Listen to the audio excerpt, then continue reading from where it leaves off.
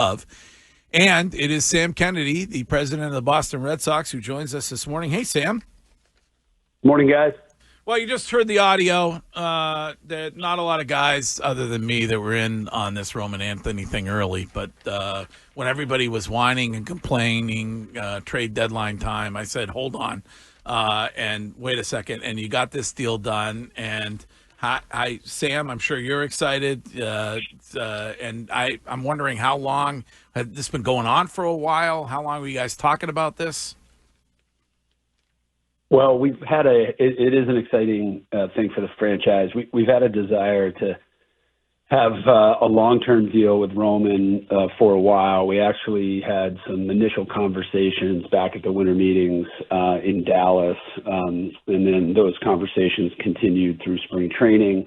And I think the conversations were very positive. I think you heard from Roman yesterday. He wanted to get up here, experience what he thought to be true, which is this is the best environment in baseball, the best fans, an incredible ballpark, so on and so forth. And so once he had a feeling that this was going to be the place for him long term, and we sort of got that vibe from him, we quickly, just the other day, thought it would be the right time to put an offer on the table, and things came together quickly, just given how close we were back in the off season. And we're really glad it worked out and want to congratulate him and his family. It's incredibly exciting.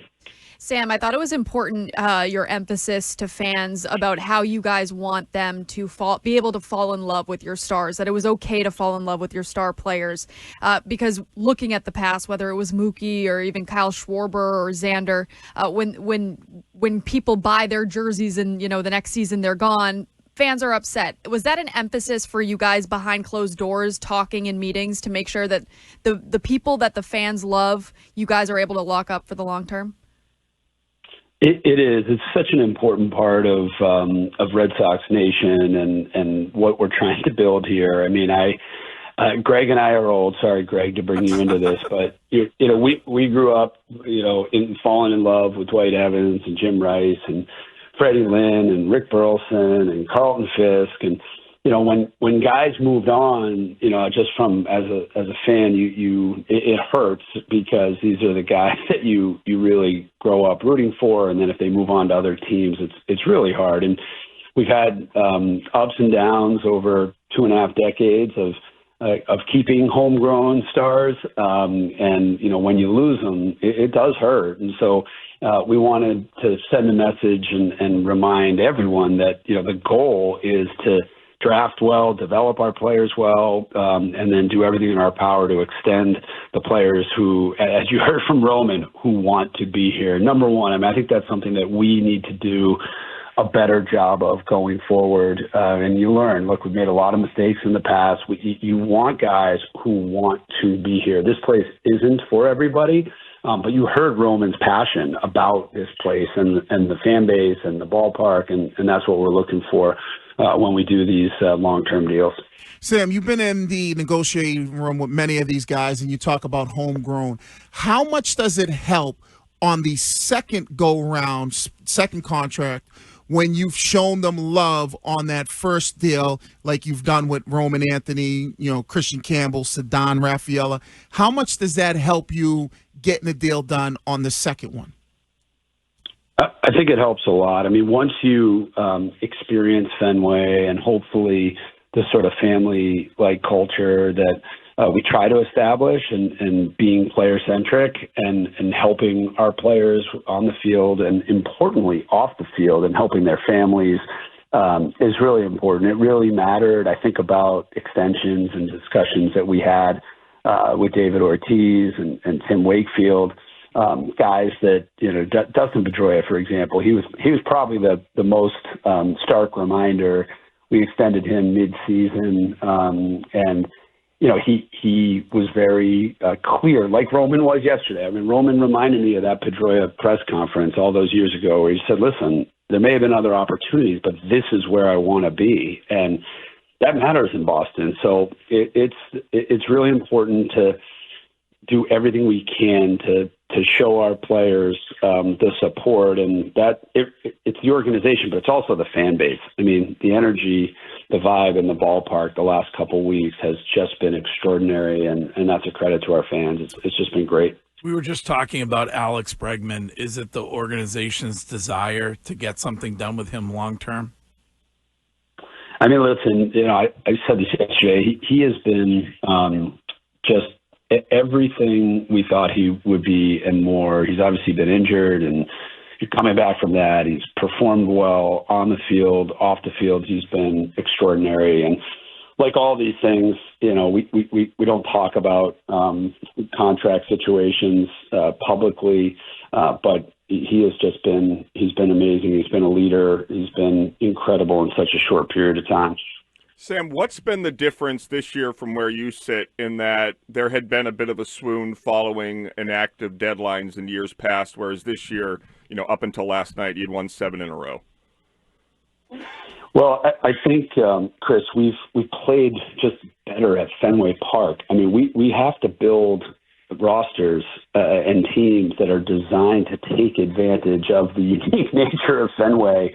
It's geometry, but also the energy and the pressure that comes with playing at Fenway. And when you have players that are built for Fenway from a baseball perspective and mentally are built for Fenway Park from a pressure and wanting to be in an environment where baseball matters more than anything else. I mean, I've heard you talk about this, Chris, that there's just like nothing like October baseball, and the desire to get to October and play in that environment is something that our players feel and know that that's the goal. And Alex Cora and John Henry and I were talking about this yesterday before the game. Like, our defense has just improved. There's been a much cleaner approach, and it really has helped. We have not played great defense over the last several years, and that's something that's really helped. So it's a number of factors, but we got to keep it going because we're still 4 games back in the division. I think we've got 46 games left. It's going to be a sprint. Every single one of these games is like a playoff game because we don't want that wild card. I mean, we want to try to win the division. We got a couple more cracks at Toronto, but we've got a really tough trip here now with San Diego and Houston. So we just got to keep playing clean games and do the right things, and hopefully we can get back in this divisional hunt here. Yeah, Sam, one thing I think we can agree on is that I would be awful as a president of a baseball team because I have no patience. But one thing I just would, if you could, take us into that July 31st day where you see what you just described, the teams in a good position, the teams around you. I know you wouldn't say this, but appear to be ripe for the taking, whether it's injuries on the Yankees or the Blue Jays, whatever. How do you balance pursuing October baseball, which is the best of any of the sports that we have in this town when it comes to enjoyment and the city being taken over by the Red Sox? How do you balance your urgent desire to return to that with what you need to do in terms of how you've rebuilt the system? Yeah, I mean, it was really fascinating to watch Craig sort of throw caution to the wind. I mean, he was all in, incredibly aggressive in packaging in just about everybody and everything in that farm system. There was a real thought that we were going to get deals done, 1 deal, 2 deals done for a controllable starter. We fell short of that. We obviously did get a couple deals done to reinforce the bullpen and the rotation with Dustin coming over, but it was there was not a lot of long-term thinking going on at the deadline, and we were aggressive, but I always quote Dustin Pedroia, but there's no prize for trying. He always says we try at the why, like this is about results. And when we didn't get the controllable sort of targeted starters that we were engaged with, we did feel a sense of frustration, but we quickly picked ourselves up off the mat and we moved on because we knew there were other discussions going on and things that we needed to focus on. Were you disappointed that Craig couldn't get a deal done for Joe Ryan? Well, we were just disappointed that certain controllable starters didn't move. At the end of the day, there's nothing you can do when a team isn't going to move a player. That's their prerogative. I'll leave it at that. But yeah, you put in a ton of work for several weeks. And by the way, this happened last year in the Garrett Crochet situation. Really glad things changed down in Dallas, and glad in Texas we were able to extend him and announce that extension opening day. So maybe that's a foreshadowing for more aggressive moves as we go forward here. We'll see. But it's when you have a plan and you aggressively pursue it and you feel like you do everything in your power to get there and it doesn't happen, it's frustrating. And patience, Chris, wears thin for all of us.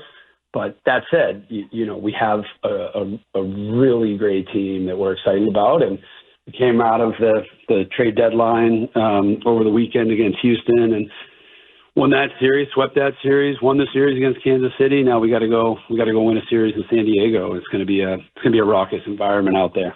So, Sam, at the end of the day, was it just that teams were not willing to part ways, or was the price too high for you guys, that they wanted more than what you were willing to give up? No, it was teams weren't willing to part ways. Sam, how important, and has this message been told to Giolito and Bayo, especially after the trade deadline, that they have to continue to pitch the way that they've been pitching? Has that message been told to them about their importance, especially the second half and hopefully into the postseason run? Yeah, this group, Wiggy's awesome. I mean, they are tight. You can, you don't have to take my word for it. You can just see the love and support for each other from this group, whether it's Trevor Story and Alex Bregman or Roldis Chapman, Whitlock. I was talking to you the other day about how tight these guys are. It's been great to see the young guys coming along. I mean, Lucas has been unbelievable, and we need him to be that guy and have every confidence that he will, and Bayo as well. So it's a really tight group, and they're on a mission, and that's all we can ask for. And look, they've stepped up, and that's really important. We have to play great baseball in August. It doesn't feel like we've done that in a while, and we're off to a good start here, but it's very early. We got to keep it going. Sam, Wiggy wants one of those turbulence shirts in the double XL, if you could. We've all been on a lot of bad flights, but man, it sounds like thankfully I wasn't on that one. It sounds like it was brutal, and I just love the fact. Our assistant general manager Raquel Ferreira, I called her. I'm like, hey, how bad was it? She's like, I was asleep. Alex Cora was asleep. So I guess it just depends on how you view the world. But thankfully, they got out there safely, and it's just a reminder of how fragile life can be when you're at 30,000 feet bumping around up there. But everyone was okay. Well, congratulations on getting Roman Anthony locked down for 8 years, and we appreciate you taking the time. And we will talk to you again soon. Thanks, guys. Talk soon. All right, that is Sam Kennedy. Mm-hmm.